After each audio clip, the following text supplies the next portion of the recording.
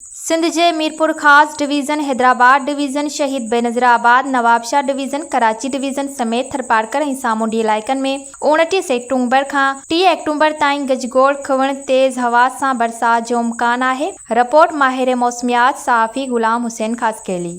जी बिल्कुलु, इहो ॿुधाईंदा हलूं त सिंध में 29 सेप्टेम्बर खां 3 अक्टूबर ताईं गजगोड़ ऐं खिवण सां गॾु मींहुं पवण जा इम्कान आहिनि। सिंध जे मीरपुर ख़ास डिवीज़न, हैदराबाद डिवीज़न, शहीद बेनज़ीराबाद, नवाबशाह डिवीज़न, कराची डिवीज़न समेत थरपारकर ऐं सामूंडी इलाइक़नि में 29 सेप्टेम्बर खां 3 अक्टूबर ताईं गजगोड़ ऐं खिवण सां गॾु मींहुं पवण जा इम्कान आहिनि। गजगोड़ वारा ककर सफ़र कंदा, तेज़ हवाउनि सां किथे किथे वधीक बरसाति पवंदी, किन हंधनि ते हल्की बरसाति हूंदी, किथे किथे बूंदाबांदी हूंदी। नार बंगाल में हवा जो हिकु घटि दॿा जेको आहे सो ठहियो हुयो। घटि हवा जो दॿा नार बंगाल खां सफ़र शुरू कंदो। हिन वक़्तु पाकिस्तान जे पाड़ेसरी मुल्क भारत जे महाराष्ट्र वारे इलाइक़नि में हिन वक़्तु इहो सिलसिलो जेको आहे सो मौजूदु आहे ऐं उन्हनि इलाइक़नि में हिन वक़्तु बरसाति जो सिलसिलो जारी आहे।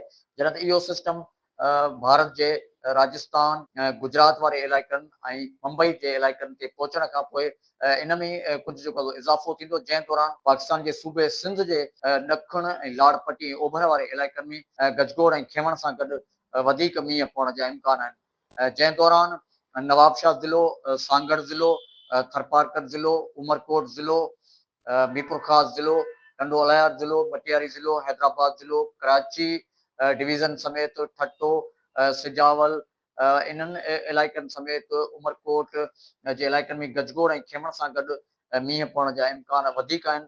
यानी कराची डिवीज़न, हैदराबाद डिवीज़न, मीरपुर ख़ास डिवीज़न, शहीद बेनज़ीराबाद, नवाबशाह डिवीज़न जे अक्सर इलाइक़नि में गजगोड़ वारा ककर सफ़र कंदा ऐं काफ़ी इलाइक़नि में मींहं पवण जा इम्कान आहिनि। डिप्रेशन हवाउनि जो घटि हवा वारो जेको दॿा आहे उहो ऋण कच्छ खां अरबी समुंड में दाख़िल थियण जा इम्कान आहिनि। जंहिंखां पोइ इहो अरबी समुंड में जॾहिं प्रेशर दाख़िल थींदो त उन जे असरात सां हैदराबाद डिवीज़न, मीरपुर ख़ास डिवीज़न, शहीद बेनज़ीराबाद, नवाबशाह डिवीज़न ऐं कराची डिवीज़न में बरसाति जा इम्कान जेके आहिनि सो मौजूदु आहिनि। अचरेथर ऐं थरपारकर जे इलाइक़नि में वधीक मींहं पवण जा इम्कान आहिनि। मीरपुर ख़ास ज़िलो, सानगढ़, टंडो अलायार, बदीन, उमरकोट, ठट्टो ऐं हैदराबाद, नूरियाबाद जा इलाइक़ा ऐं जबल वारा इलाइक़ा जेके आहिनि सो उहे वधीक उन्हनि इलाइक़नि में रोज़ाने जी बुनियाद ते ककर ठहंदा ऐं काफ़ी हंधनि ते गजगोड़ सां गॾु मींहं पवण जा इम्कान आहिनि। जी।